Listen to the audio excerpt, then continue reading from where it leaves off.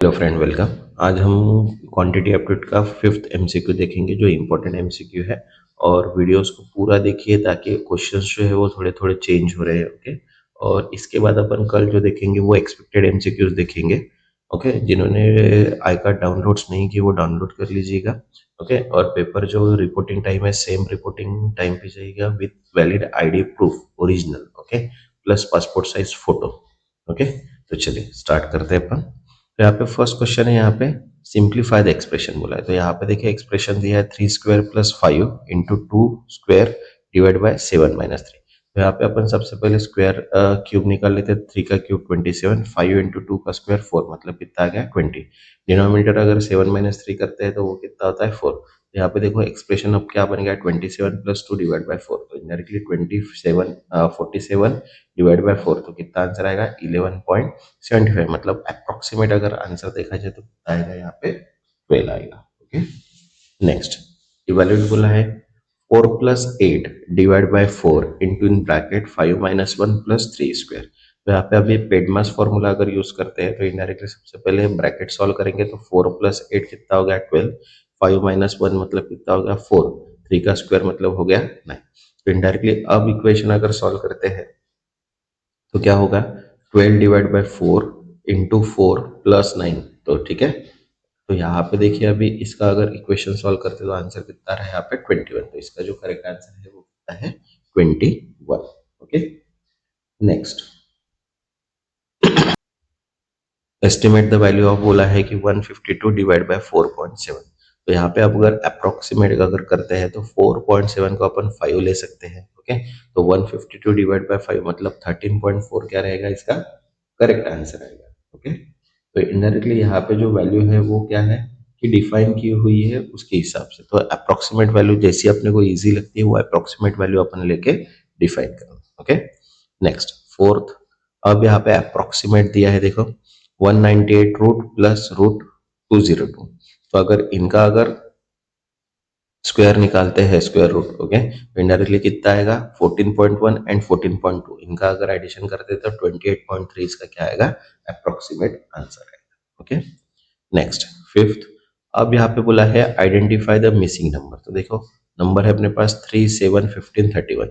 तो अगर सीरीज अगर देखते हैं यहाँ पे 3, 7, 15, 31, तो इनडायरेक्टली यहाँ पे क्या हो रहा है इंटू 2 + 1 हो रहा है। मतलब 3 इंटू 2 + 1 मतलब 7 हो गया, 7 इंटू 2 + 1 मतलब 15 हो गया, 15 इंटू 2 + 1 मतलब 31 हो गया, एंड 31 इंटू 2 + 1 मतलब 63। तो यहाँ पे जो करेक्ट आंसर आया है वो क्या आ गया 63।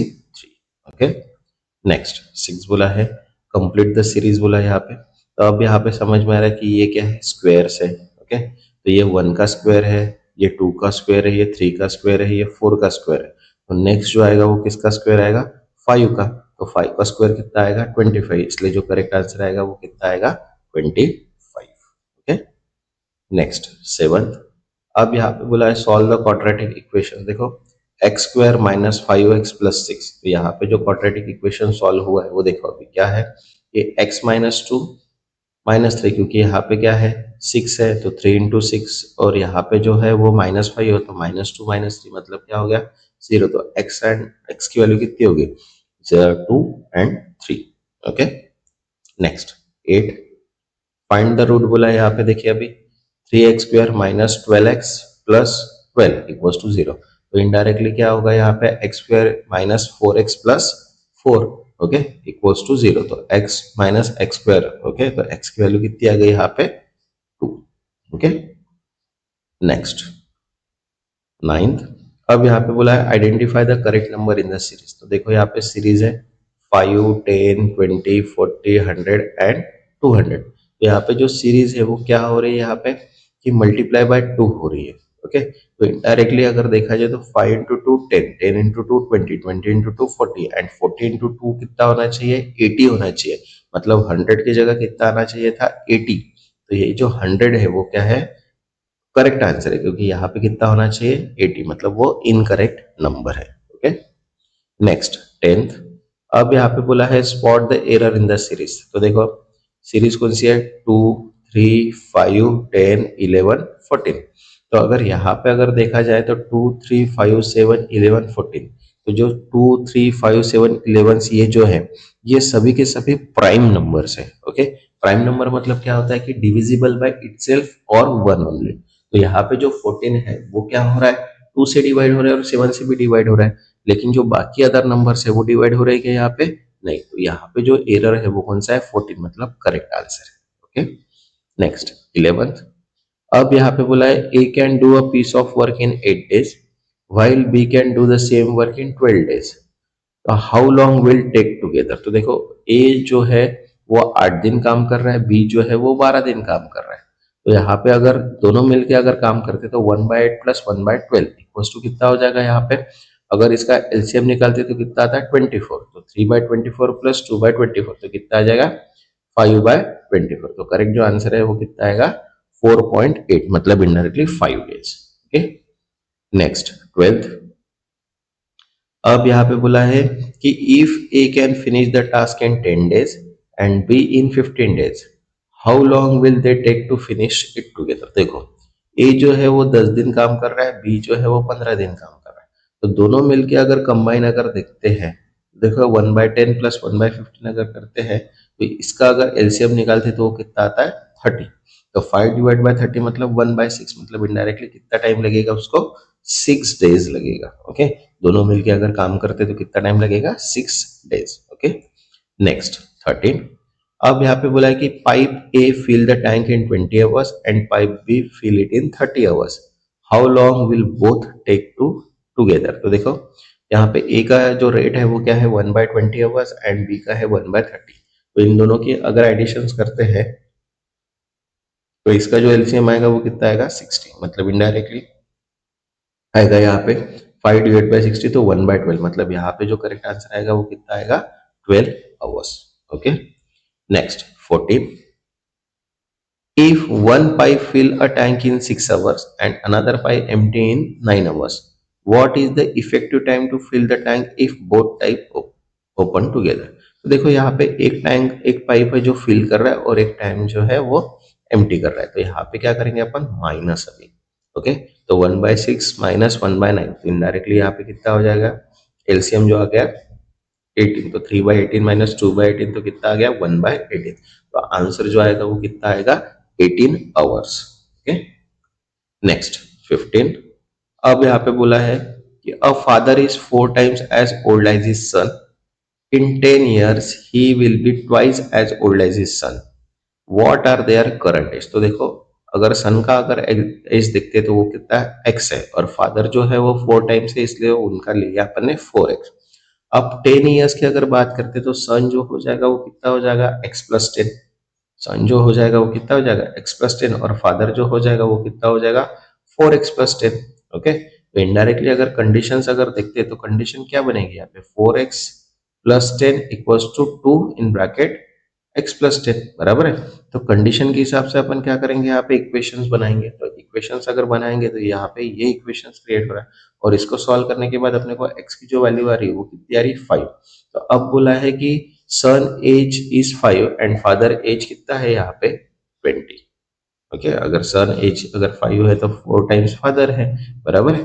तो इनडायरेक्टली फादर की जो करंट एज है ओके वो कितनी रहेगी 20। नेक्स्ट 16। अब यहाँ पे बोला है if A is 3 years older than B.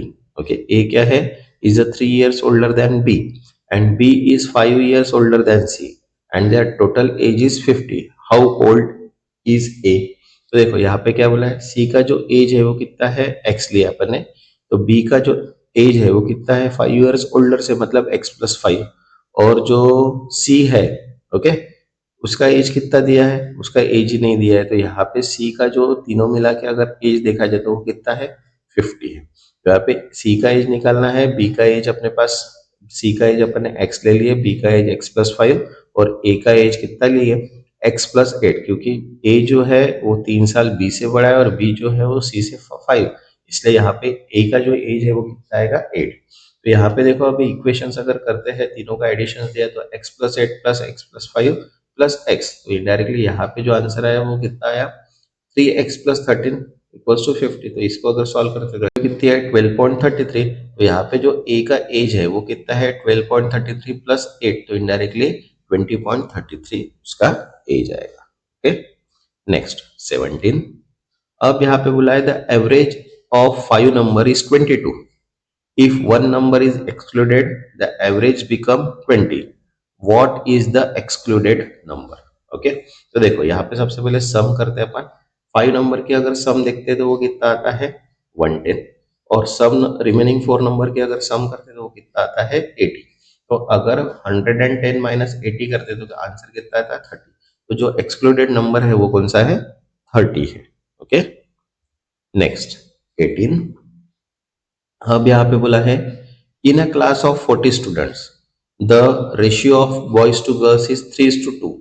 How many boys are there. यहाँ पे अगर दोनों का अगर 40 स्टूडेंट्स है टोटल, तो दोनों की एडिशन करते तो रेशियो कितना हो जाएगा दोनों का 5। तो इनडायरेक्टली किसका निकलना है अपने को बॉयज का, तो इनडायरेक्टली 40 इंटू 3 डिवाइड बाय 5 कितना आ जाएगा अपने को 24। इसलिए करेक्ट जो आंसर है वो कितना है यहाँ पे 24। ओके, मतलब 24 बॉयज है एंड देन उसके बाद 16 गर्ल्स है। Okay, next 19। अब यहाँ पे बोला है a product cost ₹120 and is sold at loss of 10%। What is the selling price. तो यहाँ पे देखो चार ऑप्शंस अपने पास है।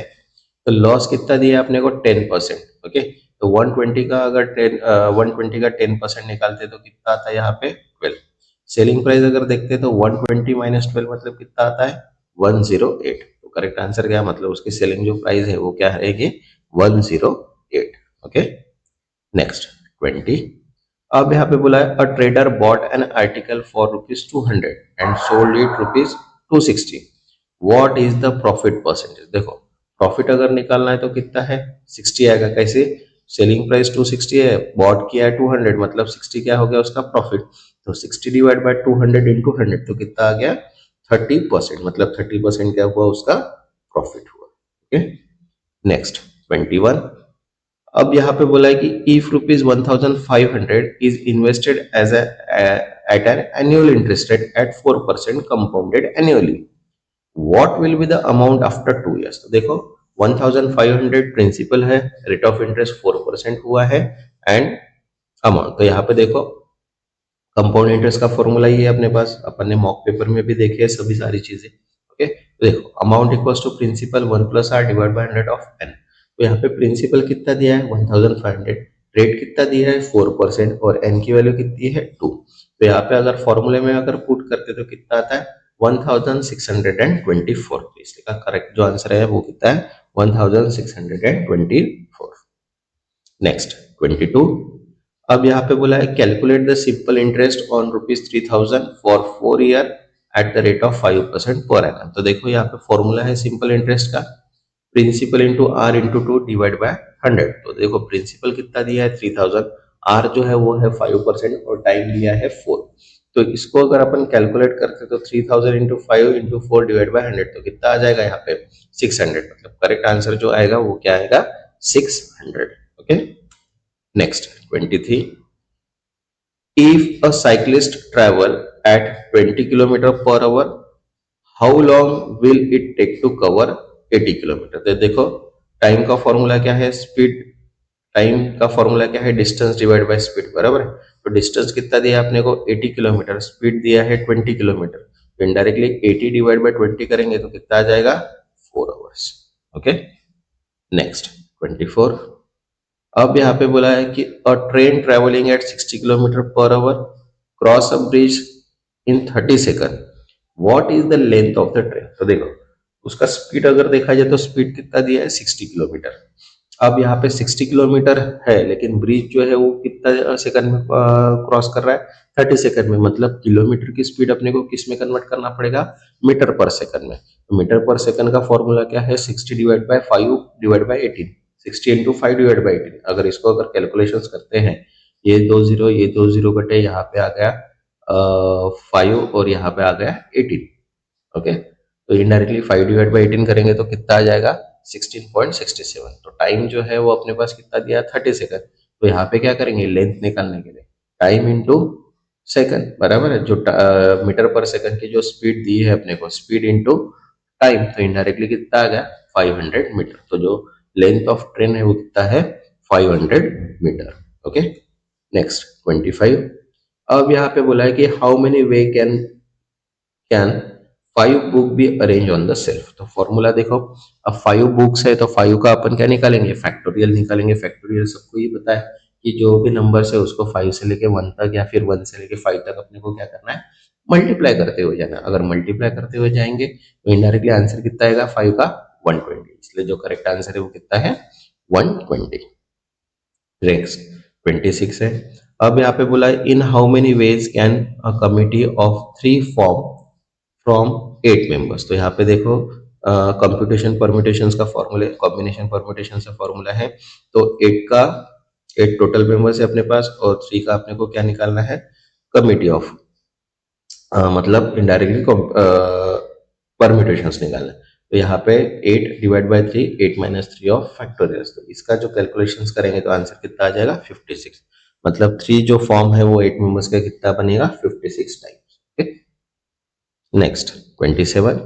अब यहाँ पे बोला है कि अ boat can go 10 kilometre upstream in 2 hours। What is the speed of current if the boat speed in still water is 8 kilometre per our. तो देखो गिवन स्पीड जो है वो स्टिल वाटर की 8 किलोमीटर है, अपस्ट्रीम का टाइम 2 hours है for 10 kilometre. Okay, तो स्पीड ऑफ करंट निकालते हैं तो 8 माइनस 10/2 डिवाइड बाई 2, तो कितना आ जाएगा इनडायरेक्टली 3 किलोमीटर पर आवर। तो यहाँ पे जो स्पीड ऑफ करंट है वो कितना आ जाएगा 3 kilometre per our. Okay, next 28। अब यहाँ पे बोला है कि if a boat travel downstream at 12 kilometre per hour and upstream at 8 kilometre per hour, what is the speed of boat in still water. तो देखो स्पीड ऑफ बोट अगर निकालना है तो दो स्पीड दी है, डाउन स्ट्रीम भी है अपस्ट्रीम भी है, डिवाइड बाय 2 करेंगे तो कितना आ जाएगा 10 kilometre per our. Okay, next 29। अब यहाँ पे बोला है A and B invest in the business in the ratio 2:3। If the total profit is ₹700, how much does B receive. तो देखो रेशियो दिया है अपने को 2:3,